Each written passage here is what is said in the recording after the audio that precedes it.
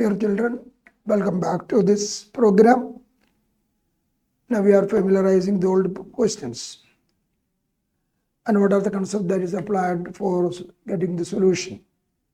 Here we selected a question from magnetic effect of electric current, and problem is there on the board, which are like this: a long current carrying wire carrying a current I1, said that I1 is flowing out from the plane of the paper, is placed at O. A steady static current I2 is flowing in the loop ABCD that we can see there on the screen, how they are arranged. Now the four options are there and we have to find out which one is correct. And now come back to the discussion. You can see that here there is a conductor and in which the current is out of the plane of the board. And out of the plane of the board means like this. And definitely therefore, it produces a magnetic field, curling magnetic field around it. The problem it is that is out of the plane of the paper and therefore there is a curling magnetic field.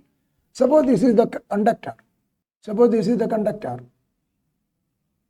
like this, carrying current like this, and if we apply our right hand rule, Clapp's rule, you can see the magnetic field around is the curling magnetic field like this, and direction like this. And this magnetic field lie in the plane of the boat. It is there in the plane of the boat. And that magnetic field intensity as move away from this conductor decreases. Rectangular hyperbolic variation mu 0 I by 2 pi r. It is not the same everywhere. That decreases as we go away. Now, there in the loop, in the figure, in the same plane of the boat, or in the same plane in which the magnetic field is produced by our current carrying conductor, in that we have got an arrangement like this, a frame like this, and which is currently shown like this.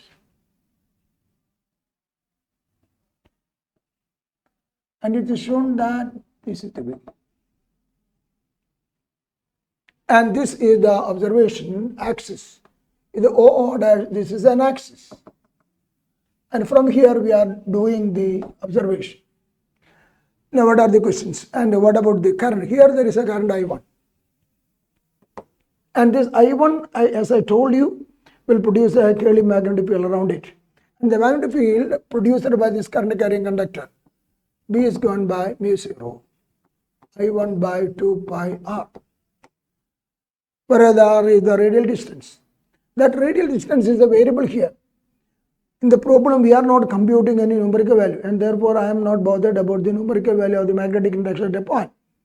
But I know that that magnetic field is there, which I am radially, as we go, decreases by this relation. Now come back to our frame. Now we have got a frame which has got four parts, which is marked as A, B, C, D. Here the length AB lie in the plane in which the magnetic field is there. The magnetic field and this current carrying segment, it carry current I2. I2. This segment lie in the plane in which the magnetic field is there. Then there will be no Lorentz force acting on that current carrying conductor. No magnetic force, because magnetic field and current carrying conductor lie in the plane of the magnetic field. There is no Lorentz force on this part. Similar is the case with the CD part, because CD part also lie in the plane in which the magnetic field is there, and therefore there will be no force on that part. On these two parts there will be no force. Now remaining BC and AD. Definitely that length segment is perpendicular to the magnetic field, because curling magnetic field is there which lie in the plane, and our conductor is like this, perpendicular to the magnetic field, and definitely therefore on that side there will be Lorentz magnetic force, I into L cross B. L cross B. Here L and B are mutually perpendicular, and therefore there will be maximum Lorentz force. But that Lorentz force there is different for different segments of BC. Reason B value is variable. But I am not going to compute what is the force there. If you want to, you can do. But now we are not bothered about the evaluation of that force acting on that much part BC. I want to get what is the direction in which. That's okay. And you can see that by left-hand rule, forefinger field. Field is in the plane. Middle finger current. Thumb represents the force, outward force. So here there will be an outward force here on the segment. So on segment BC, there is an outward force F, and that is outward. Therefore, I am marking like this. Outward force. Now come to the side DA. Forefinger field, middle finger current, thumb represents the force. And therefore, you can see that by Fleming left-hand rule, there will be the same amount of force, or maybe the same amount of force on segment DA. Force is going by the same force here, and that is outward. Inward. Again, the forefinger field, middle finger current, thumb represents the force inward. And magnitude of this force and this force are the same. Now, if you want to calculate that force, you can do. For which you have to do the integration, that's all.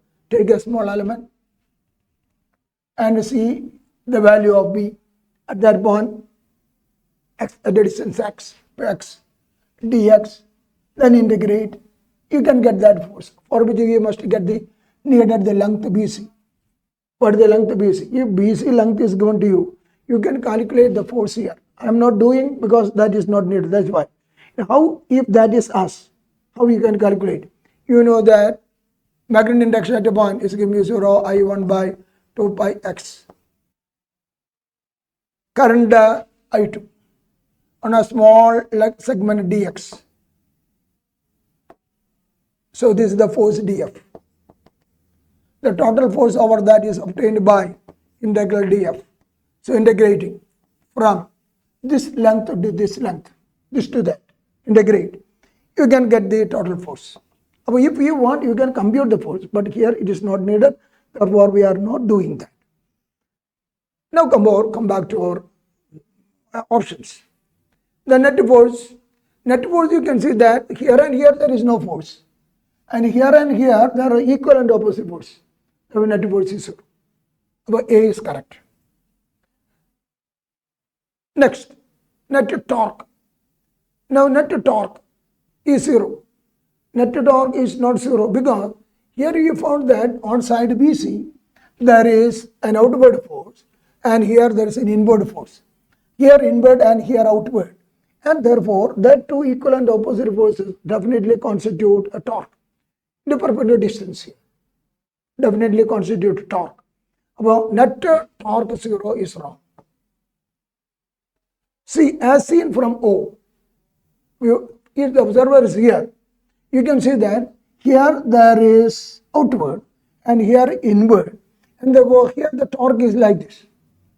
With the axis, observation axis, this one, to rotate in the clockwise direction. So torque is there, and that torque causes rotation in the clockwise sense. So the loop will rotate in the clockwise sense. So this is correct. Then this is wrong. Therefore both A and C are correct. Yes, thank you.